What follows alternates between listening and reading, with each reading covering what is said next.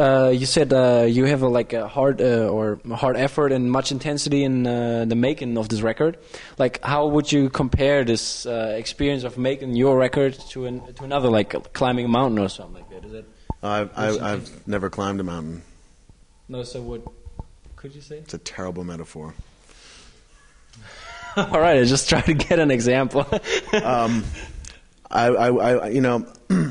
think the fact of the matter is that if you're passionate about music, or anything you do, you'll suffer for that. You know, if you're a graffiti writer, if you have to climb a fucking building to get that shit up at the top of the building so that everyone can see it, you will do it. You may not like heights, you may not like climbing a building, but you're doing it because you know at the end result is going to be beautiful, and that's what I apply to my music. You know, I don't think that digging into the human spirit and condition is always a fun thing, but as a writer, that's what inspires me. And connecting yourself to anger, pain, joy, frustration, all of these things. If you're really connected to it, you're going to feel it, and those aren't necessarily happy things to feel, but they're important things to feel, and that's what makes us artists. And so for me, while I may not be having 100% fun all the time when I'm making my record, it's only because the process, I'm like a method actor. You know, you have the types of actors who just show up to the set and say, "What's my line?" "Your line is, I love you." And they go, "I love you." All right, cool, I'm done. Smoke a cigarette, you know. If I'm writing a song I love, it's because I fucking felt that shit, you know, and not because I'm imagining what it would be like to be in love. Yeah, you said like this love song is Habeas Corpses. Is it your kind of love song on this LP? Or? Yeah, I'd say that's probably my as close as it gets on this album. Yeah. Yeah, like I was after you said it in some interview I read or heard, I think it was on Chuck D, but I don't remember exactly. But after you said that, I heard this again, and I was like, "Where is the love?" but then I heard it in the lyrics. But they're like, if you hear it the first time, it's not like a traditional love. Certainly not traditional. Certainly not traditional. No, it's a tragic love story. Yeah. All right. Let's get back to the stash.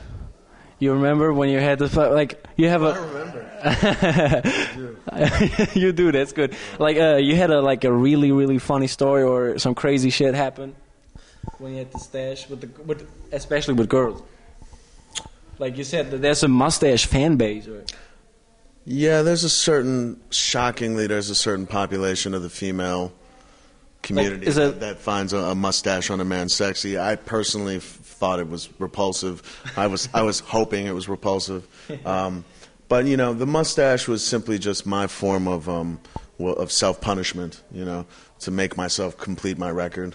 I thought I only had like 2 weeks left on the record, so I was like, fuck it, I'll grow a mustache until I'm done. But it took like 2 months, so I had this giant, horrible squirrel tail on my face. All right. Let's come to the topic hip hop in general. Like, when did you fell the first time in love with hip hop? Can you remember? I mean, you know, for me, growing up in when I did, at the time that I did, and where I did, I was in love with hip hop before I even knew what hip hop was. You know, I was in love with hip hop because I loved taking the train to school, and they were covered in graffiti. Yeah. I was in love with hip hop because I would walk down the street and see people breakdancing, and you know, in my neighborhood and after school, and so the music I fell in love with, you know, from like you know, Planet Rock and Herbie Hancock Rocket and you know. The whole Def Jam, the whole White Lines, and the whole Def Jam era, you know, and just being a fan of the music because, you know, and Run DMC especially, and, you know, it was just like, you know, that was the New York shit. Those were like, you know, it just was our shit, and I just became a huge fan. So I was a fan for years and years and years of the music, period, and way before I even decided that I would even try rapping, you know. I read like the Nas thing, hip hop is dead and all that stuff. So would you kind of think Definite Jux when they put out new records and like with your Billboard entry like on number 77, are you gonna with Def Jux? Are you gonna be the CPR for hip hop or? Well, I don't think hip hop. Like, I don't think hip hop is dead. I don't think Nas thinks. I mean, hip-hop like this. I mean, like with the whole mainstream kind of pop hip hop thing, you know. I think that what people are saying. I think what's happening is that.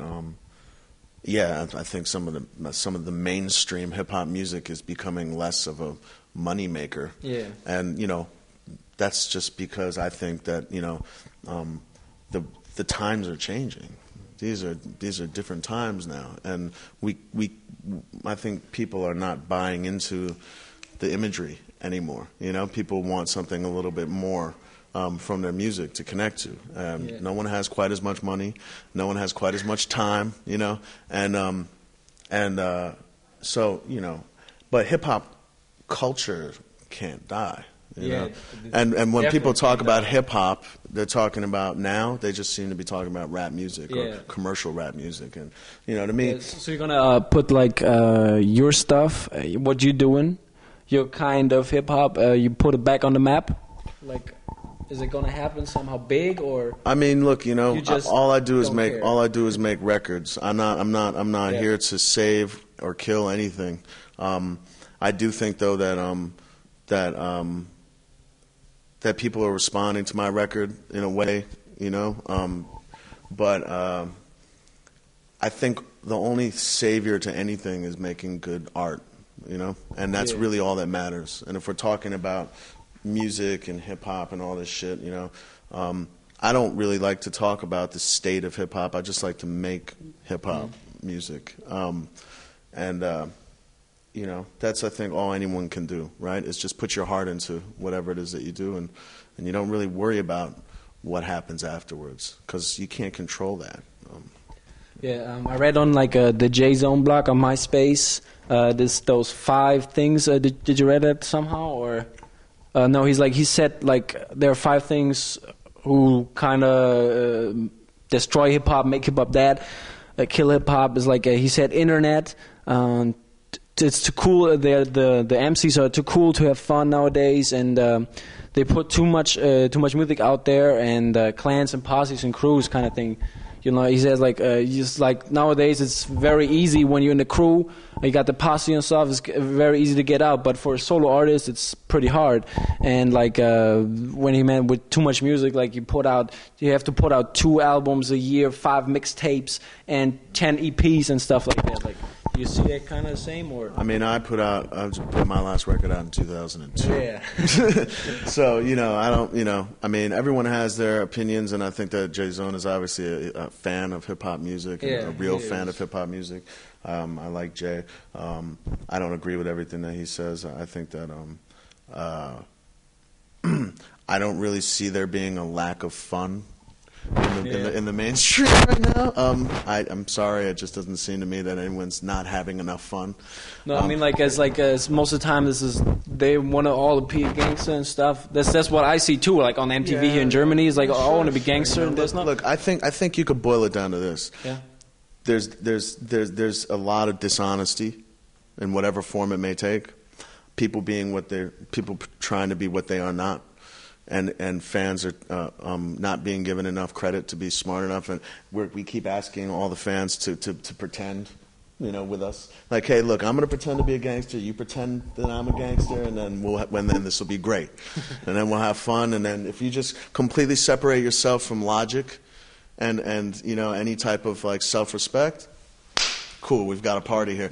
But I think that the reason why people get so upset or are debating so much about hip-hop music is because we know, the fans of hip-hop music and the people who involve ourselves in it, we know that when it's at its best, it's the best thing in the world.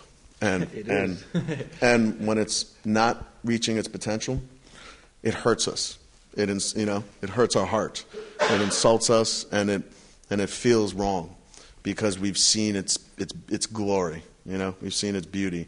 But I think that beauty exists, and that beauty comes in the form of the artist's relationship to his music, and if the artist doesn't care about anything but the music, then there's a chance that beauty will be there again.